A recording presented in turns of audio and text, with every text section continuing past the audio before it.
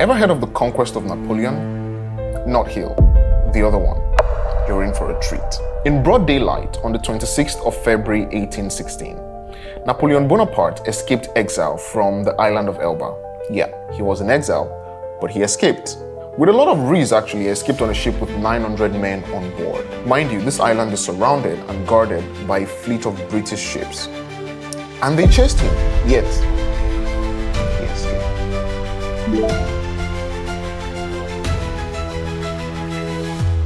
This astonishing escape terrified the Congress of Vienna, right? Because you don't escape from exile. That's why it's exile. You don't get out of exile, right? Now, if you were Napoleon, what would you do? Having escaped from exile, lay low, leave town, right? No. Having escaped, he marched on to Paris with a small army. The crowd went. The guy that replaced him as king fled the country. I mean, given his reputation, who wouldn't? Becoming king, getting jailed in exile, escaping and marching back onto your palace to take your power back. That's some Avenger type shit, right? And so for the next 100 days or so, he ruled France. Again, yeah. I call that mercy. And then what?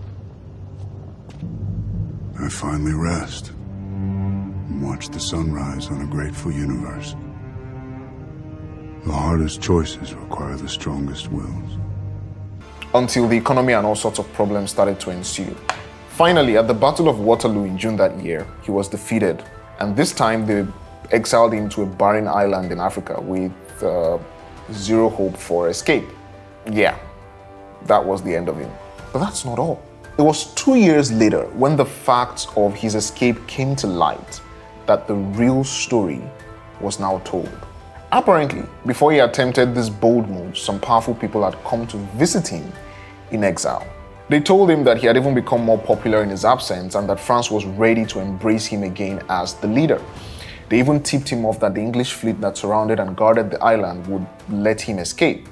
So you see, his bold moves were not uninformed. But that's not the cool part of the story. What he did not realize was that his escape, his ascension back to the throne, and his final demise was a plan put together by a man called Talleyrand. Now, Talleyrand was his former minister who wanted to put an end to him once and for all. Talleyrand had told them when he was banished to exile that if you don't banish this guy out of Europe, Europe will never have peace. And they were like, nah, he's fine, he's in exile. It doesn't matter where he is. Talleyrand did not argue. Talleyrand's like, okay. He bided his time, made his plans, brought him out of exile to destroy him permanently. He worked with the English and a general from Austria to feed Napoleon with information and ensure his escape. You see, this whole time, Napoleon thought he was winning, but he was only playing a script, right? Talleyrand brought him out, reinstated him to put a permanent end to him. The 8th law of power says, make other people come to you. Use bait if necessary. So what's the lesson here? Well, first, do not mistake aggressive action for effective action, right? Understand positioning. The fact that you're energetic and up and everywhere does not necessarily mean that you're effective or productive. You must master your emotions and be a thinker. Be the one making plans, not the one reacting to the plans of other people. And more importantly, be aware when you're a pawn in someone else's plan, right?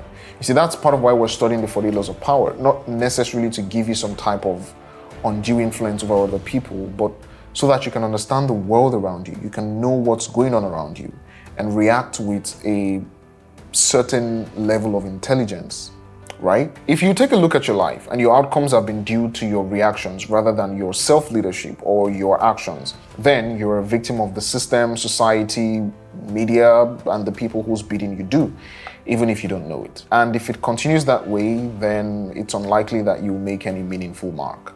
If you are caught in corporate politics or politics of any kind, really, and where there's people, there's politics, and you're always reacting, you are clearly the powerless one. So let's fix that with 2 questions and 2 actions. Ready? All right. Ask yourself this. What are the biggest influences on my life's outcome? That's one. Okay? Could be systems, could be situations, could be people. Write their names down. And secondly, what exact outcome do I want? You'd find this shocking. Just ask yourself right now, what do I want? And a lot of times, the answer to that very simple question is unbelievably complex. But you have to detangle it somehow. I'd probably make another video to help you do that. I'd say pause this video to write these things down or type them into your phone somewhere. Okay, I'm going to assume that you've done that. Let's get to the 2 actions. 1, make a plan from where you are right now to your desired outcome. Now, what I find to be wrong with plans in a lot of cases is that they are unrealistic. And by unrealistic, it's not that you are not trying, but you fail to admit your current state, right? A lot of time, the plans are great. You make great plans. They are just impossible to implement. And they are impossible to implement because you've not admitted where you are now. You are making the plan as though it's not you that will implement it, because you are not realistic as to your current situation. So if you have a tight schedule, for example, and you want to read 10 books, and you say, oh, I'm going to try to read for an hour a day, but you know that it's pretty much going to be a miracle if you can afford an hour a day. So why the hell are you planning to read for 1 hour a day? Because it's only going to lead to depression, because now you've made plans and you are going to fail to implement your plan. And it's going to look like you are incompetent, and that will feed you a wrong sense of worth, right? Because you would lose the respect you have for yourself slowly, right? Every year I make plans, but I never get anything done. It's not because you can't do anything. It's because you are not admitting the state that you're in as you're making the plans. So how about you read for 15 minutes every morning? How about that's the first thing you do? How about that's the last thing you do before you go to bed? The guy that's making that plan is probably relaxed on a Saturday evening or a Sunday morning. It's just you get your cup of coffee and you're making the plans. You're making the plans for the guy that will go to work, come back, go to the gym, come back, do this, do that, and all that stuff, right? So that's what's wrong with plans. A lot of people make plans biting what they cannot chew. But whilst you're making plans, you're having adrenaline rush. You're like, yeah, I can do it. No, you can't do it. The reason is because it's going to go against your current lifestyle. And that's not how to make a change if you want to sustain the change. It's much better if you go realistically and say, oh, well, all I can afford to read a day, realistically, if I changed nothing in my schedule, would be 10 minutes. Then start reading for 10 minutes every day. You have to be honest with yourself about your current state for you to make any progress. Don't plan for the guy you would like to be. Plan for the person that you are, so that the person that you are can become the person that you would like to be. Make sense? All right, cool. I've dumped a couple resources on planning. They're in the description. I hope you get them. They'll really, really help you. The second action is take responsibility for the process. Take the reins. Okay? The number one way to be a loser is to not take responsibility. Just as much as the number one way to be a winner is to take responsibility. It doesn't matter what the outcome is, you just have to take responsibility for it. If it goes bad, it's you. If it goes great, it's you. What happens if you're the person that takes responsibility, right? Whether the outcomes are good or bad.